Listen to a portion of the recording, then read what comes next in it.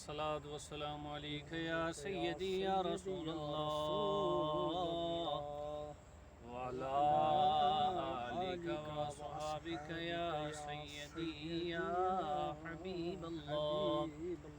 الصلاة والسلام عليك يا سيدي يا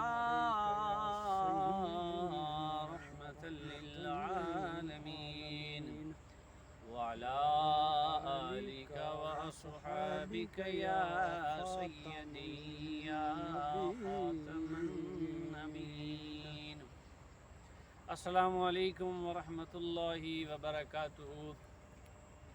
دوستو امید کرنے ہیں تسی ٹھیک ہوو گے کہ اللہ دے حضور دعا ہے کہ اللہ رب خالق کائنات تینوں خوش رکھے، تندرستی والی لمبی زندگی عطا فرمائے.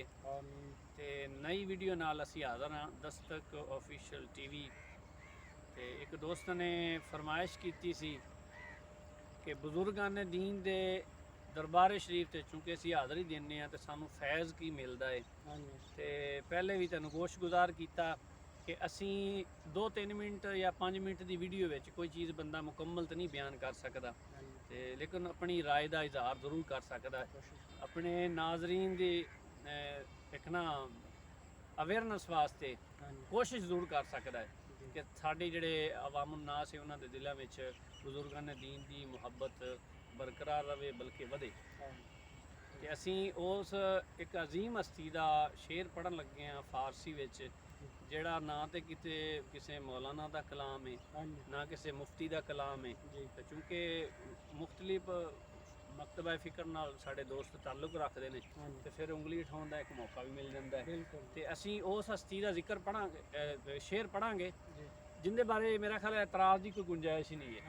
خواجہ معین الدین چشتی اجمیری رحمۃ اللہ تعالی، آپ نے جدو داتا علی حجویری المعروف داتا گنج بخش رحمۃ اللہ تعالی آپ دی درگاہ تے جدو حاضری دیتی تے حاضری تو بعد آپ نے جدو فیض ملیا کہ وہ اللہ دا ولی ہے، جن نے شعر لکھا وہ اللہ دا ولی ہے کہ جن نے 90 لاکھ نو کلمہ پڑھایا. تے دوستو شعر کی ہے خواجہ معین الدین چشتی اجمیری رحمۃ اللہ تعالی آپ نے جو چلا کشی کی حاضری دیتی تو اس تو بعد جڑا فیض ملیا آپ نے فرمایا گنج بخش فیض عالم مظہر نور خدا ناقصارا پیر کامل کاملہ را رہنما. آپ نے فرمایا کہ جڑی داتا علی حجویری سرکار نے آپ دی ذات ایک گنج بخش فیض عالم یعنی کہ عالم نو ایک ایسا خزانہ گنج چونکہ خزانہ ہوندا تے بخش ہوندا عطا کرن والا دین والا ونڈن والا، آپ دی ذات جڑی ہے نا وہ خزانہ ونڈ رہی پئی ہے. تے آپ دی ذات مظہر ہے نور خدا اللہ دا ایک مظہر ہے. تے آپ دی ذات دے بارے فرمایا کہ جڑے ناقص نے انہاں واسطے آپ دی ذات کامل ہے تے جڑے کامل نے اللہ دے ولی انہاں دے آپ پیشوا نے، آپ رہنما نے.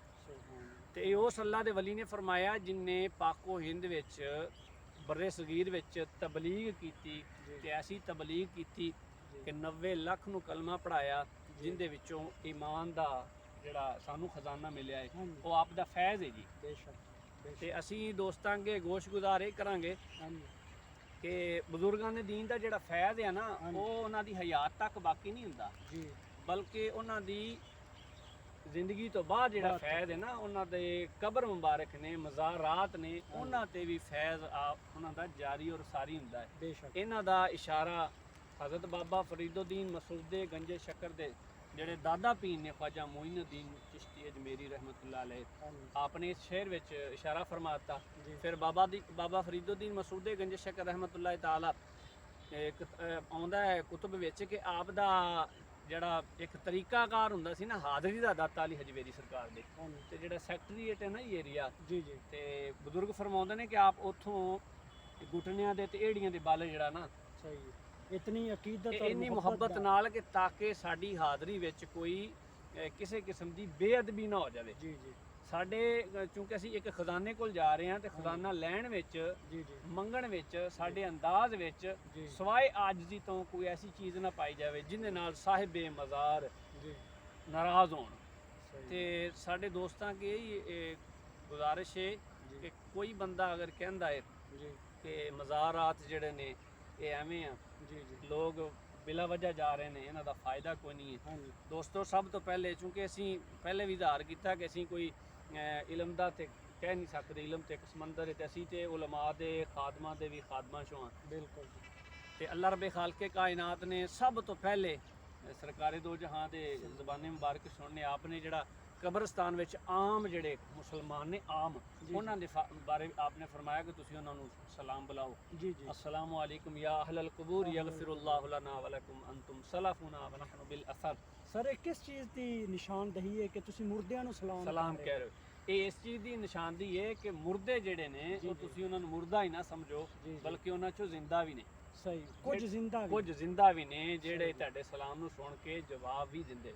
ਸਹੀ ਹੈ ਲੇਕਿਨ ਇਹ ਜ਼ਰੂਰੀ ਨਹੀਂ ਕਿ ਉਹਨਾਂ ਦਾ ਜਵਾਬ ਤੁਹਾਨੂੰ ਪਹੁੰਚੇ, ਸਹੀ। ਤੁਸੀਂ ਸੁਣੋ ਤੇ ਫਿਰ ਤੁਸੀਂ ਤਸਦੀਕ ਕਰੋ ਕਿ ਹਾਂ ਉਹ, ਜੀ ਕਿਉਂਕਿ ਉਹਨਾਂ ਦੀ ਜ਼ਿੰਦਗੀ ਇੱਕ ਨਾ ਜੁਦਾ ਜ਼ਿੰਦਗੀ ਹੈ, ਜੀ। ਸਾਡੀ ਜ਼ਿੰਦਗੀ ਅਲੱਗ ਜ਼ਿੰਦਗੀ ਹੈ। ਜੀ। ਜਿਹੜਾ ਇਹ ਜ਼ਿੰਦਗੀ ਗੁਜ਼ਾਰ ਰਿਹਾ ਉਹ ਜ਼ਿੰਦਗੀ ਨਹੀਂ ਗੁਜ਼ਾਰ ਸਕਦਾ, ਜੀ। ਜਿਹੜਾ ਉਹ ਜ਼ਿੰਦਗੀ ਗੁਜ਼ਾਰ ਰਿਹਾ ਇਹ ਜ਼ਿੰਦਗੀ ਨਹੀਂ ਗੁਜ਼ਾਰ ਸਕਦਾ। ਸਹੀ ਹੈ ਤੇ ਉਸ ਤੋਂ ਬਾਅਦ ਸਭ ਤੋਂ ਬੜੀ ਦਲੀਲ ਤੇ ਇਹ ਸਾਨੂੰ ਮਿਲਦੀ ਹੈ। ਜੀ ਫਿਰ ਅਸੀਂ ਨਮਾਜ਼ ਦੇ ਵਿੱਚ ਵੀ ਜੀ ਜੀ ਦੇਖੋ ਨਾ, ਨਮਾਜ਼ ਦੇ ਵਿੱਚ ਵੀ ਜੀ ਅਸੀਂ ਜਿਹੜੇ ਅੱਲਾ ਦੇ ਸਾਲਹੀਨ ਬੰਦੇ ਨੇ, ਸਾਲਹੀਨ ਕਿਹੜੇ ਨੇ? ਅੱਲਾ ਦੇ ਵਲੀ ਨੇ ਜਿਹੜੇ, ਜੀ ਜੀ ਉਹਨਾਂ ਨੂੰ ਵੀ ਸਲਾਮ ਬੁਲਾਉਣੇ ਆ, ਜੀ। ਨਬੀ ਦੀ ਜ਼ਾਤ ਤੇ ਵੀ ਸਲਾਮ ਪੜ੍ਹਨੇ ਆ, ਦਰੂਦ ਵੀ ਪੜ੍ਹਨੇ ਆ, ਸਾਡੀ ਜੀ। ਨਮਾਜ਼ ਹੀ ਨਹੀਂ। ਬੇਸ਼ੱਕ ਨਬੀ ਦੀ ਜ਼ਾਤ ਤੇ ਪਹਿਲੇ ਸਲਾਮ ਪੜਿਆ ਜਾ ਰਿਹਾ, अस्सलामु अलैका अय्युहन नबिय्यु व रहमतुल्लाहि व बरकातुहु, ਬੇਸ਼ੱਕ अस्सलामु अलैना व अला इबादिल्लाहि सालिहीन। ਬੇਸ਼ੱਕ ਇਹਦੇ ਵਿੱਚ ਅਸੀਂ ਅੱਲਾ ਦੇ ਜਿਹੜੇ ਸਾਲਹੀਨ ਬੰਦੇ ਉਹਨਾਂ ਤੇ ਵੀ ਸਲਾਮ। ਸਲਾਮ ਪੜ੍ਹ ਰਹੇ ਹਾਂ। ਅੱਗੇ ਫਿਰ ਦਰੂਦ ਪਾਕ ਆ ਜਾਂਦਾ ਹੈ। ਹਾਂਜੀ ਤੇ ਦੋਸਤੋ ਅਸੀਂ ਇਹ ਗੋਸ਼ਗੁਜ਼ਾਰ ਕਰਨਾ ਸੀ, ਕੋਈ ਬੰਦਾ ਹਾਂਜੀ ਅਗਰ ਮਜ਼ਾਰਾਤ ਤੇ ਇਤਰਾਜ਼ ਕਰਦਾ ਹੈ ਤੇ ਉਹਦਾ ਇੱਕ ਆਪਣਾ ਹੋ ਸਕਦਾ ਹੈ, ਸੋਚ ਹੋ ਸਕਦੀ ਹੈ, ਇਲਮ, ਕਿਉਂਕਿ ਇਲਮ ਦੀ ਇੱਕ ਇੱਕ ਮੁਹੀਤ ਹੈ ਇਲਮ। ਜੀ ਆਇਤੁਲ ਕੁਰਸੀ ਚ ਅੱਲਾਹ ਰੱਬੇ ਖਾਲਿਕ ਕਾਇਨਾਤ ਨੇ ਇਰਸ਼ਾਦ ਫਰਮਾਇਆ ਵਲਾ ਯੁਹੀਤੂਨਾ ਜੀ ਬਿਸ਼ੈਇਨ ਮਿਨ ਇਲਮਿही, ਕਿ ਇਲਮ ਜਿਹੜਾ ਹਰ ਚੀਜ਼ ਨੂੰ ਅਤਾ ਕੀਤਾ ਗਿਆ, ਇਨਸਾਨ ਅਸ਼ਰਫੁਲ ਮਖਲੂਕਾਤ ਹੈ, ਜੀ ਉਹਨੂੰ ਇੱਕ ਮੁਹੀਤ ਦਿੱਤਾ ਗਿਆ। ਇੱਕ ਤੁਸੀਂ ਦਾਇਰੇ ਦੇ ਅੰਦਰ ਕਹਿ ਰਹੇ ਹੋ ਕਿ ਬੰਦਾ ਆਪਣੇ ਦਾਇਰੇ ਦੇ ਵਿੱਚ ਰਹਿ ਕੇ ਉਹ ਪੜ੍ਹਦਾ ਹੈ, ਸੁਣਦਾ ਹੈ, ਸਮਝਦਾ ਹੈ, ਪਰਖਦਾ ਹੈ। ਜਿਵੇਂ ਸਾਇੰਸ ਟੈਕਨੋਲੋਜੀ ਹੈ, ਉਹ ਵੀ ਇੱਕ ਇਲਮ ਹੈ, ਲੇਕਿਨ ਉਹ ਇੱਕ ਦਾਇਰੇ ਵਿੱਚ ਹੈ, ਬੰਦਾ ਉਹਨੂੰ ਸਾਰਾ ਇਲਮ ਨਹੀਂ ਕਹਿ ਸਕਦਾ। ਨਹੀਂ ਕਹਿ ਸਕਦੇ ਤੇ ਦੋਸਤਾਂ ਅੱਗੇ ਇਹ ਗੁਜ਼ਾਰਿਸ਼ ਹੈ, ਜਿਹੜੇ ਐਤਰਾਜ਼ਾਤ ਕਰਦੇ ਨੇ ਜੀ ਜੀ ਬਲਕਿ ਉਹ ਫੈਜ਼ ਲੈਣ ਦੀ ਕੋਸ਼ਿਸ਼ ਕਰਨ। ਇਹ ਫੈਜ਼ ਸਾਨੂੰ ਵੀ ਮਿਲਿਆ ਹੈ। ਜੀ ਜੀ ख्वाजा मोइनुद्दीन अजमेरी रहमतुल्लाह ताला आपने फैज़ लिया तो उस फैज़ का की समर मिलया, फल की मिलया। जी ए बर्रे सगीर विच 90 ਲੱਖ ਨੂੰ आपने कलमा पढ़ाया। जी ਸਾਡੇ ਚूँकि ਅਬਾਓ ਅਜਦਾਦ ਹੀ ਉਹਨਾਂ ਚੋਂ ਪਾਏ ਜਾਂਦੇ ਨੇ, जी जी ਜਿਨ੍ਹਾਂ ਨੂੰ ਕਲਮਾ ਨਸੀਬ ਹੋਇਆ ਤੇ ਉਹਨਾਂ ਦੇ ਸਦਕੇ ਸਾਨੂੰ ਮਿਲਿਆ। बेशक ਤੇ ਅਸੀਂ ਤੇ ਫਿਰ ਇਹਨਾਂ ਦੇ ਨਾਲ ਮੁਹੱਬਤ ਜਿਹੜੀ ਹੈ ਨਾ, ਸਾਡਾ ਈਮਾਨ ਦਾ ਹਿੱਸਾ ਹੈ। ਤੇ ਸਾਰੇ ਦੋਸਤਾਂ ਅੱਗੇ ਗੁਜ਼ਾਰਿਸ਼ ਇਹ ਆ जी ਕਿ ਆਪਣੇ ਈਮਾਨ ਨੂੰ ਮਜ਼ਬੂਤ ਕਰੋ, जी जी ਨਾ ਕਿ ਤੁਸੀਂ ਐਤਰਾਜ਼ਾਤ ਵਿੱਚ ਆ ਕੇ ਆਪਣੇ ਅਕੀਦੇ ਨੂੰ ਖਰਾਬ ਕਰੋ। जी ਅਸੀਂ ਕਿਸੇ ਤੇ ਕੋਈ ਐਤਰਾਜ਼ ਦੀ ਗੱਲ ਤੇ ਕਰਨੀ ਨਹੀਂ। ਸਾਡਾ ਜੀ, ਇਹ ਕਿਉਂਕਿ ਅਸੀਂ ਮੁਹੱਬਤ ਪੈਗਾਮ ਦਾ ਨਾ जी ਇੱਕ जी ਪ੍ਰਚਾਰ ਕਰਨਾ ਹੈ ਜੀ। जी जी ਤੇ ਜਿੱਥੇ ਮੁਹੱਬਤ ਦੀ ਗੱਲ ਹੋਵੇ हाँ ਉੱਥੇ ਨਫ਼ਰਤ ਦੀ ਗੱਲ ਹੋਣੀ ਨਹੀਂ ਚਾਹੀਦੀ। ਤੇ ਸਾਡੇ ਦੋਸਤ ਸਾਰੇ ਜਿੰਨੇ ਵੀ ਦੋਸਤ ਨੇ ਉਹਨਾਂ ਅੱਗੇ ਇਹੀ ਗੁਜ਼ਾਰ ਕਰਾਂਗੇ ਕਿ ਤੁਸੀਂ ਔਲੀਆ ਅੱਲਾ ਦੀ ਸੋਬਤ ਵਿੱਚ ਰਹੋ, ਉਹਨਾਂ ਨਾਲ ਮੁਹੱਬਤ ਕਰੋ, ਉਹਨਾਂ ਦੇ ਸਦਕੇ ਅੱਲਾ ਦੀ ਬਾਰਗਾਹ 'ਚ ਜੋ ਮੰਗੋਗੇ ਅੱਲਾ ਰੱਬੇ ਖਾਲਕੇ ਕਾਇਨਾਤ ਆਪਣੇ ਸਾਲਹੀਨ ਬੰਦਿਆਂ ਦੇ ਸਦਕੇ ਬੰਦੇ ਦੀ ਦੁਆ ਜ਼ਰੂਰ ਕਬੂਲ ਕਰਦੇ ਨੇ। आमीन ਤੇ ਅਗਲੀ ਵੀਡੀਓ ਨਾਲ ਇਨਸ਼ਾਅੱਲਾ ਫਿਰ ਮਿਲਨੇ ਆ। ਤੇ ਅਗਲੀ ਵੀਡੀਓ ਵਾਸਤੇ ਸਾਨੂੰ ਇਜਾਜ਼ਤ ਦਿਓ। ਤੇ ਇਕਰਾਮ ਸਾਹਿਬ ਜਾਣ ਲੱਗੇ ਆ ਵਤਨ ਅਜ਼ੀਜ਼ ਨੂੰ ਦੁਆ। जी जी बिल्कुल बनती है। ਪਾਕਿਸਤਾਨ जिंदाबाद। ਜ਼ਿੰਦਾਬਾਦ।